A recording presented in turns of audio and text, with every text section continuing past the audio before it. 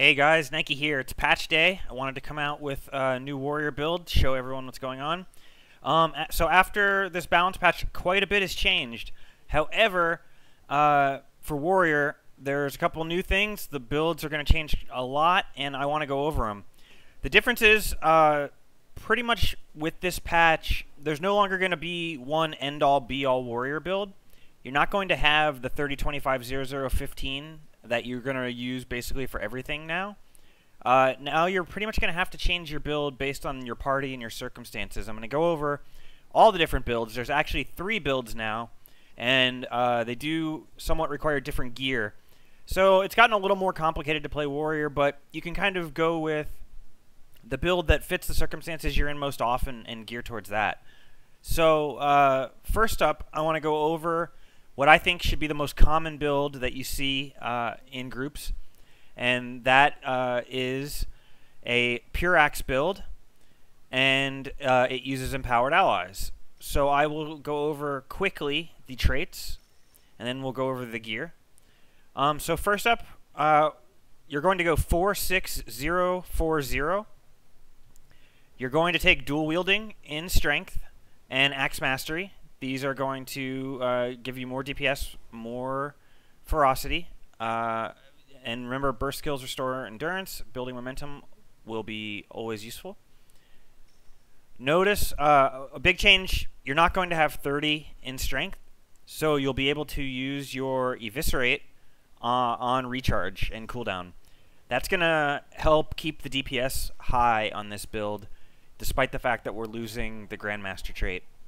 And later on in the video, I'm going to show you DPS rotations for every build and how to effectively utilize them to maximize your DPS. So this will be part of it. So in arms, the first trait we're going to take is Deep Strike. You get 40 precision for each unused signet. Works out to about 4% chance to crit. You're pretty much always going to have healing signet and then a DPS signet. So that'll be pretty good for you. Rending Strikes. Of course, getting Vuln on crit, that is never not going to be good, so we'll always want that. And then lastly, we're going to have the new trait, Dual Wield Agility. It's going to increase your attack speed while wielding a sword, axe, or mace in your offhand, which we will always do with this build. This works out to be a 10% overall DPS boost, and it's because of this trait that we can really afford to give up Berserker Strength and go and get Empower allies. So this trait is going to put us on par with, in the DPS, only slightly behind the 30-25-00-15 build. So you're not, in the old days, you would have to run Empowered Allies, you'd have to give up a pretty significant amount of personal DPS. I think it was about 17 or 18% of your personal DPS to run this trait. Now you're only giving up, from the old build, you're only giving up about 4%. There are some other alternatives, but for the most part, this build can dish out much more damage than the old Empower Allies build could, and it's significant. It's a significant upgrade. If you are the only warrior in your party, this is the build you want to run. This is going to give your team the most overall DPS that can be done, and the reason you bring a warrior in a party is to have the most DPS you can possibly have on your team. And this build is how your party will achieve that. So if you're the first warrior in your party or the only warrior in your party, this is the build you want to run. If you have multiple warriors, one of them is going to run a slightly different build. You guys can work out amongst yourselves who's going to do what. And so in tactics, we'll take Empowered, 1% for every boon on you, and Empower Allies, which I just explained why that's so good. The 1% for every boon on you is just pretty OP, especially when you have Guardians in your party and other classes that share boons. One thing I want to touch on, if you have a Ranger in your party who's giving Spotter, you don't really need Deep Strike anymore because you're going to hit 100% chance to crit. So if you have a Ranger in your party with Spotter, what you're going to want to do is take Furious Speed. And you say, well, that's an odd choice for PvE. It's actually really good because it combines well with Empowered. It's an extra boon, so it'll be an extra 1% damage. Generally, Deep Strike is better, but when you have a Ranger in your party with Spotter, Furious Speed becomes where you want to go. Moving on to gear quickly. It's main axe build, so you're going to have an axe with a 10% damage sigil. I have an axe with superior sigil of the knight, and I have another axe with superior sigil of undead. That way, no matter where I am, I'm pretty much always getting 10% damage. I know there's some fractals that don't have that aren't undead and aren't knight. They're just random daytime fractals, especially some of the newer ones. In that case, you might want another weapon with force, but for those, I just don't really care. And I'm fine with losing the damage to be covered. You're going to want a mace with Sigil of Force. That will be a pretty big DPS boost for you to go, and will also trigger your dual-wield agility. And you're going to want a sword with Sigil of Force. The sword, you might wonder why that's so good. Going over the skills briefly, your Impale and Rip is going to be part of your DPS rotation. It's going to do pretty significant damage. And with the Impale and Rip, it'll be definitely part of your rotation. It'll do big damage, and it will allow you to have a little bit more of an active DPS rotation. And lastly, one thing I want to touch on, you always want to keep in your inventory a Bloodlust stacking weapon, which you see here. Bloodlust will give you way more DPS in this build than Perception. And however, you might wonder, well, how are you keeping? You don't have a Bloodlust weapon equipped. How are you keeping your Bloodlust stacks? You see here on this spear, I have a superior sigil of Bloodlust. So long as you keep this spear equipped, you will hold your Bloodlust stacks. So you can stack up with your normal Bloodlust weapon and then switch back to your DPS weapon, and you're good to go. So for armor, we are going to use Berserkers with Superior Rune of the Scholar. That is going to give us the maximum DPS possible in a group setting. So what do our stats look like? When we drop Banner of Discipline and activate and get Fury, you can see critical chance is up to 90%, 96% I should say. And where did they move it to?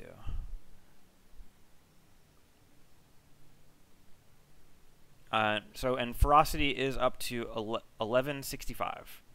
Pretty good, everything considered. So that brings our critical damage to 228, which of course isn't as good as it was, but it is not too shabby anymore. Alright, I'm going to move on to the next build. The next build is going to use the same exact weapons and armor. Nothing's going to change there, but we're going to refund traits. This is if you already have a warrior in your party with Empower Allies, this is the build that you're going to want to run. You're going to want Berserker's Power, Axe Mastery, and Dual Wielding. Then we're going to go 6 into Arms for Dual Wield Agility. Then we'll take Rending Strikes and Deep Strike. And then our last 10 will go into Tactics for Empowered. The 10 in Tactics versus the 10 in Discipline, this is a very close choice.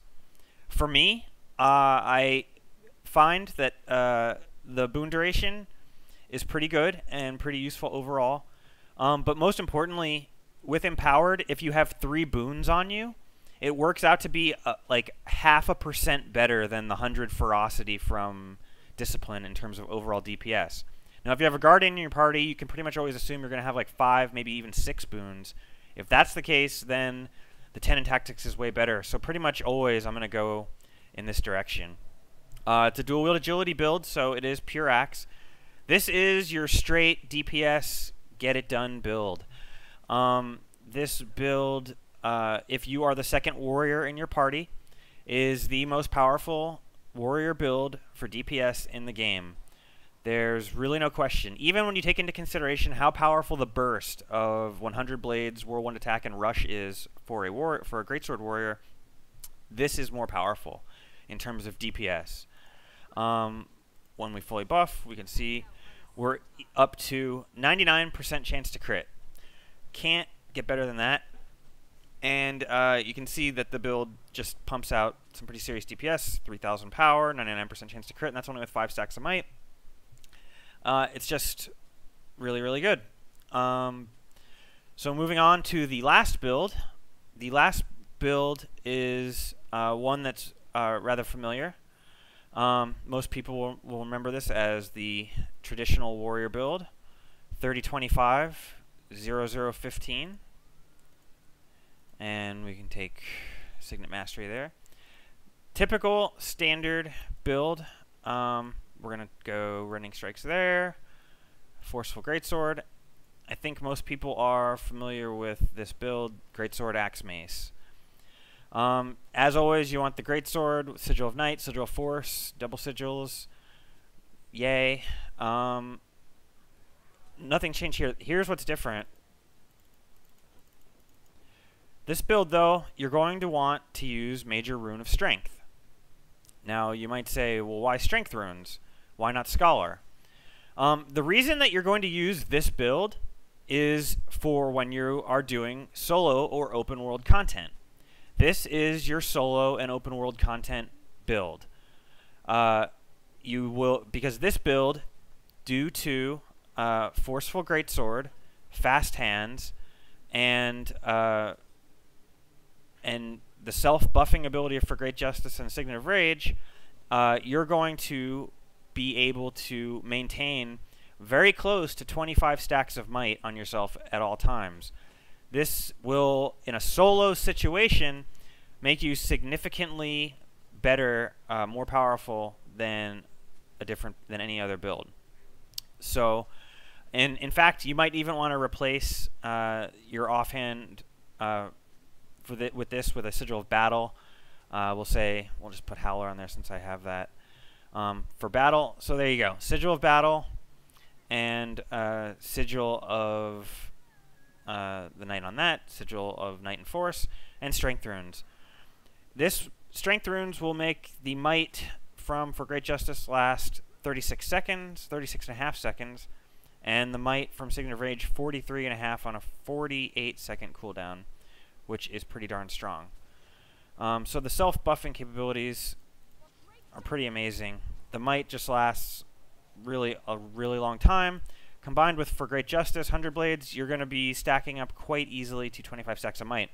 When I go over the DPS rotations of the different builds, I will discuss how great the Sigil of, or the Rune of Strength is when you're solo. In a group setting, this build, there's not really a particularly great reason to use this build anymore. The 30-30 Axe build beats this build in DPS by about 10%, and quite honestly, 10% is just way too much for even the utility of Greatsword to make me want to consider running it in a group. Solo, however, it's a different story. This build really just is insanely powerful in a solo setting DPS-wise, just because of the might stacking capabilities. Couple other weapons I keep in my inventory. Like you see here, I have a Bloodlust stacking axe. I have a Shield of Energy for the times when you need to tank things like Dredge Fractal, longbow, Berserkers, for any time you need to range. I have a Warhorn of Bloodlust, which I don't really need anymore since you can only stack one at a time. Hammer for World v World. I have an Undead Greatsword. I have my Bolt of Force. I have a Muta Force. A Zoja's Blade of Energy goes very well in this build.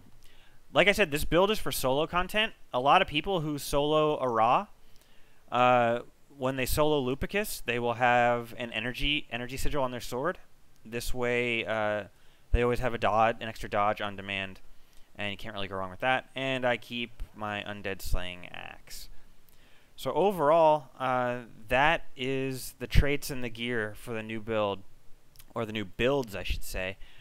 So next, what I'm going to do briefly is show you the DPS rotations for the 3 different builds and where we go from here.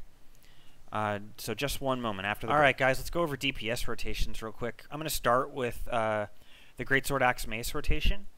So this is the build that most of you guys know best because you've been running it for a while. Briefly, we'll just go ahead and... So, with this build, the first thing, you always want to lead off with your vulnerability, so you start the fight with the max vuln you can. Then you're going to switch to your Greatsword and do your Greatsword rotation. Since this boss isn't up against a wall, Whirlwind Attack won't be as effective, but I'll show you how we'll still use it.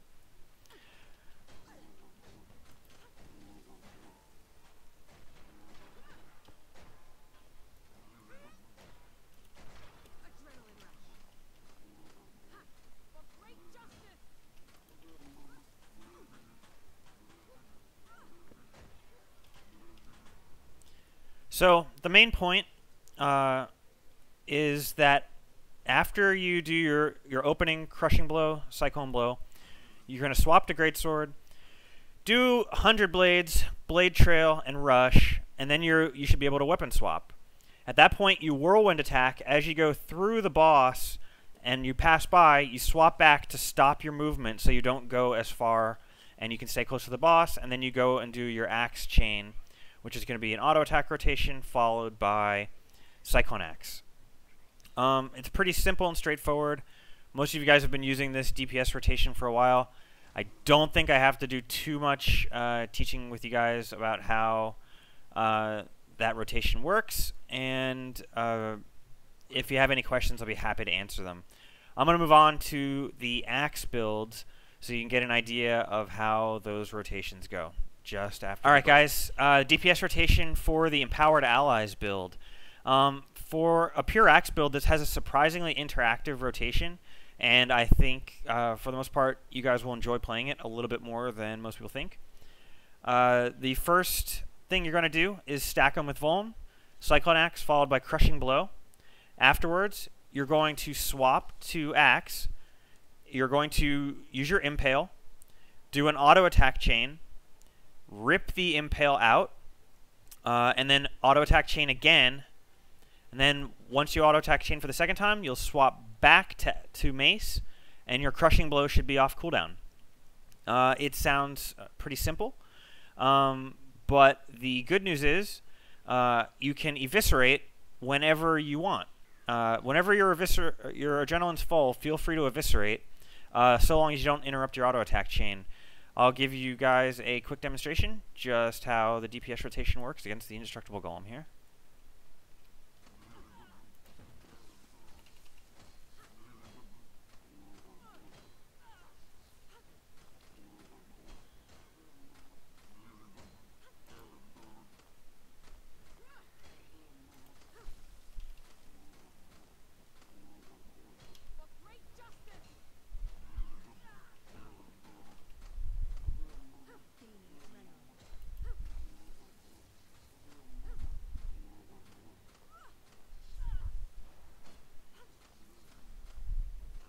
And so you can kind of get a general idea.